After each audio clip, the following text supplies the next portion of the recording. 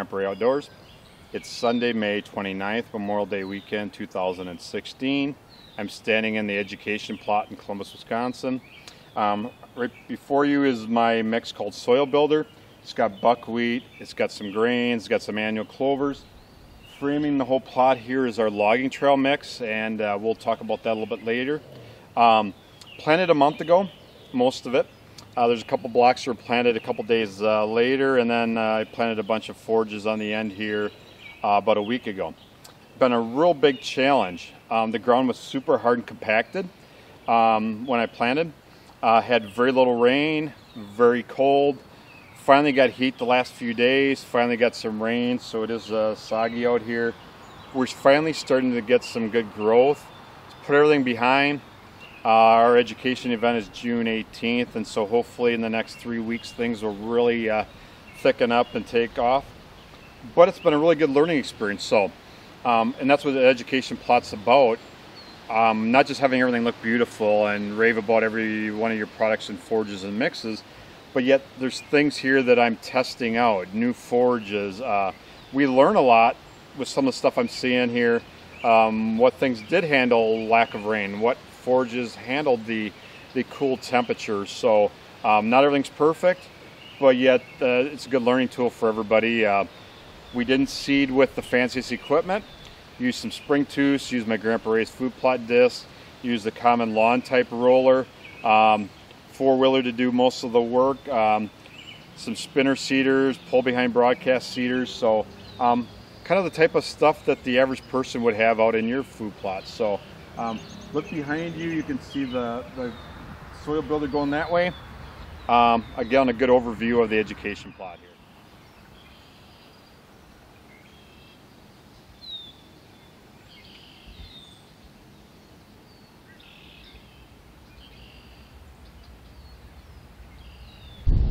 What is before my feed here is a brassica called Dominion Swede.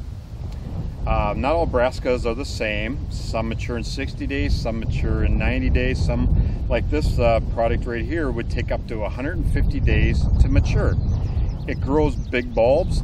It's slow growing, but actually if we scan this education plot, you can see we got about as much growth as other brassicas. It's just that it doesn't produce a bulb as quick, which has some advantages.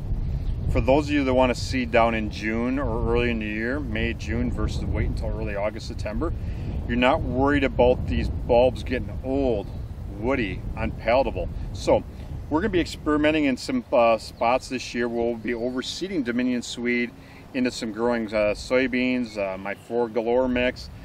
For those of you that want to emphasize more winter bulbs, more winter feed, this is one forage that very few people have planted in the past. I planted it last year for the first time. We got it out here this year. I'm really happy with the way it looks, and we'll know more as the year goes on. Rutabaga is a forage that I really love. Not very many people have planted it before, and I don't know if you can kind of get a good view of it here, but it looks a lot like your Winfred brassica.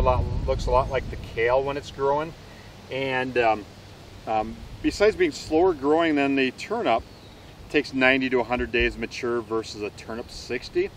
The advantage is you could plant it in May or June versus turnips, if you plant it earlier in the year, can tend to be woody, mature, deer won't eat them then.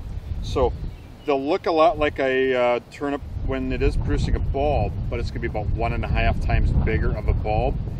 Other observation of the day.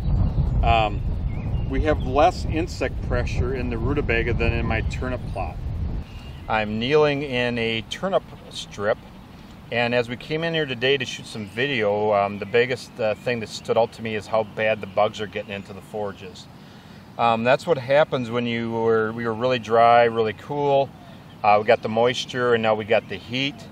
When it gets to be 50, 60, 70 degrees, bugs aren't a big issue, but they get exponentially more of an issue once you get to be 80, and especially when you get humidity in 90.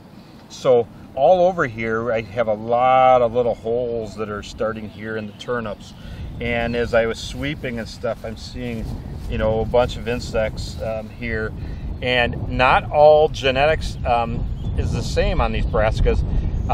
For example, we're seeing less insect pressure in the Winfred brassica. We see a little less in the New Zealand forage turnip than the conventional purple top turnip here.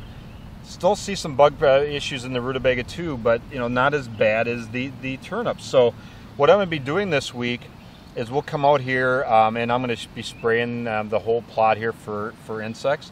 There's Warrior, there's Silencer, there's other genetic insecticides, Baythroid.